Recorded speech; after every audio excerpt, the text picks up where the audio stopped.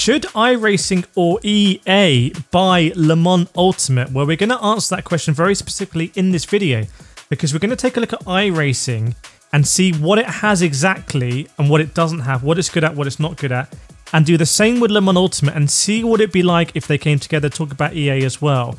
Because unfortunately, Le Mans Ultimate is getting rid of people that are working on the game. It's also up for sale. And I saw a lot of your comments in my previous video. Some of you were like optimistic about maybe iRacing buying it. Some of you said this is not going to be a good idea with a subscription and things like that. I also saw some people saying, hang on, no one else is reporting this on YouTube. You know, is this even true? Guys, this is where you get your news for sim racing on YouTube. I cover this. I've got all the sources. I look at all of it. So this is the United States Securities and Exchange Commission. It's a regulatory body in the US. Lots of stuff is filed here across sim racing actually, and I check all of it and then report on things that are relevant for you or me because I'm just a consumer. I'm not actually a shareholder in sim racing. And you can see here, unfortunately, Motorsport Games has just declared that they are reducing their workforce primarily in the US and the United Kingdom by approximately 24 employees. And unfortunately, that's going to impact approximately 39%, 40% of the company. By the way, that's just the restructuring right now. There was also one about this time last year, which is why we get to sort of higher figures, unfortunately. You can also see here, there's lots of other stuff, but, you know, Motorsport Games is considering strategic alternatives to maximize shareholder value, very important, including a potential sale or merger of the company. So they're looking for a merger or sale of the company. So yeah, just make sure you subscribe to this channel. I cover all this stuff. I have searches for all this stuff. I have alerts. And then when it's relevant for sim racing, I put them into videos and I let you guys and girls know. Why other people don't cover this on YouTube, I don't know. It's very difficult to cover. It's not interesting to a lot of people, so I don't blame anyone else. But right. So let's go into iRacing. I want to show you here the iRacing system. Bang. This is actually my iRacing. How cool is this? If I go home, you can see all of my iRacing stuff, my licenses, and you can also see the official series here. So this is what I want to get into because iRacing has this platform already. And if you have a look here, there's 16,000 people online. 16,000 people online here, which is absolutely insane. Le Mans Ultimate has at its peak these days, I think a few hundred people playing. So iRacing is a much bigger game than Le Mans Ultimate, but that's fine and understood. iRacing has been around for a lot longer. These 15,000 people, by the way, are pretty much all of them going to be paying a monthly subscription like myself. So we are paying monthly to be on iRacing. So it's making a lot of money, but it also has an insane amount of content. And this is a bit of a problem for Le Mans Ultimate because Le Mans Ultimate, I think, wants to have a system like this through Race Control, their platform, where people are also going to be subscribing and doing races on Le Mans Ultimate and maybe R-Factor 2 as well. Unfortunately for Le Mans Ultimate, it doesn't exist in a vacuum because iRacing has all of this stuff. And I think I've even filtered it. If I filter it by all series, we've got Legends Road Cup in an old Ford. We've got the Fantech Global Challenge, that in the the Kia and the Cadillac. Then we've got the Sports Car Challenge. Production Car Challenge is meant to be really exciting. That's got the Renault Clio in it. Yeah, it does. Formula V, F4, I really love driving. The old Grand Prix car. Street Stock, people really like that. Ferrari 296 GT3, oh my goodness. Classic series, I remember that in the 488. Stock car, Porsche Cup, Mustang Challenge, Proto GT Challenge. I mean, really interesting cars there. IMSA we're going to get onto. Formula 1600, really like driving this car in VR. One of my favourite cars to drive in VR. F4 Trophy, Formula Light, MX5 Cup. I mean, so popular. Look at all of these race sessions. Absolutely filled out these splits. Amazing. SimuCube GT Sprint Series. Oh, that's my livery in my BMW M4 GT3 from Team Rock. Oh my goodness. Put a capital R in the comments right now if you remember me racing with Rory Alexander, Basic Ollie, and Charlie Roscoe for Team Rock. Oh my goodness, classic days. You know, LMP2 series as well. We can go on. Formula series in the Mercedes F1 car as well at Spa. And this is where Le Mans Ultimate has a problem because iRacing is just so broad that yes, you pay your subscription fee, but you do have access to so much. You have access to way more online ranked racing integrated than any other series and any other game. And other games are kind of being supported by other platforms like these sim gritty racing GP platforms, but they are separate to the games.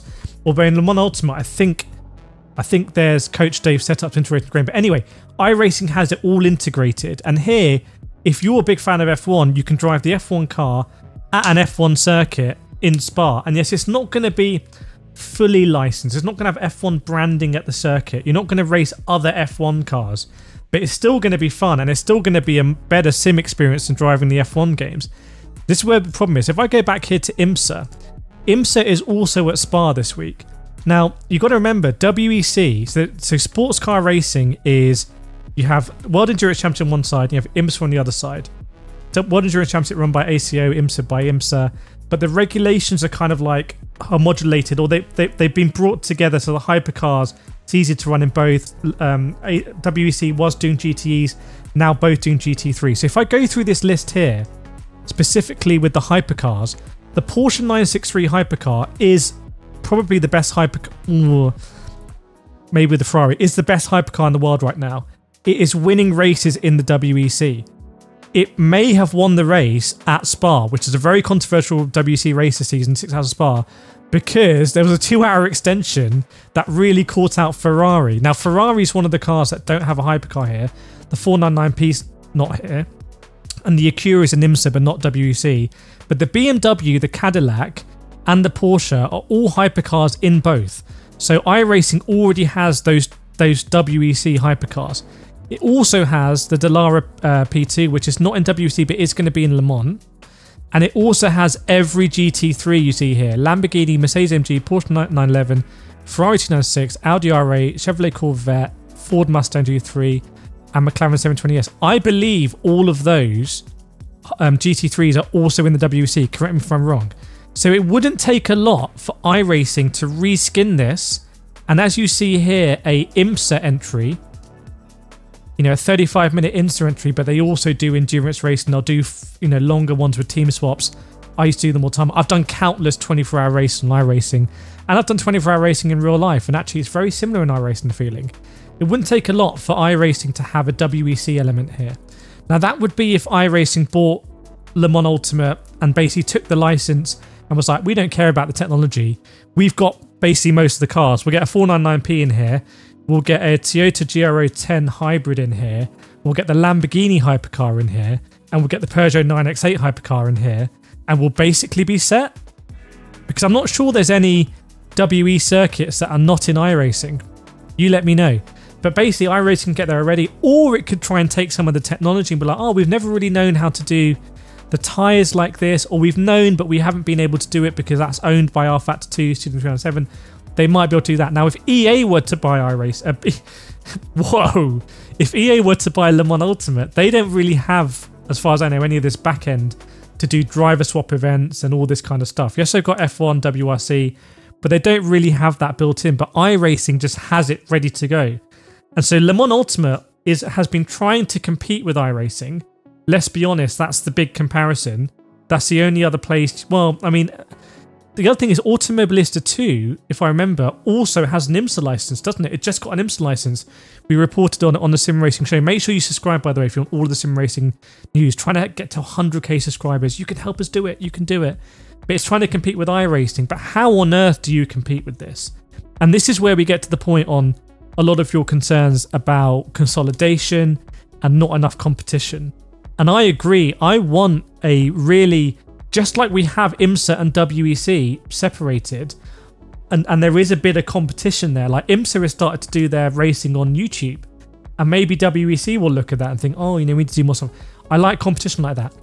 So if WEC gets folded into iRacing and iRacing just consolidates, remember, Motorsport Games already sold, if I remember, the NASCAR license to iRacing, and they might have sold the IndyCar license. Well, I don't exactly know.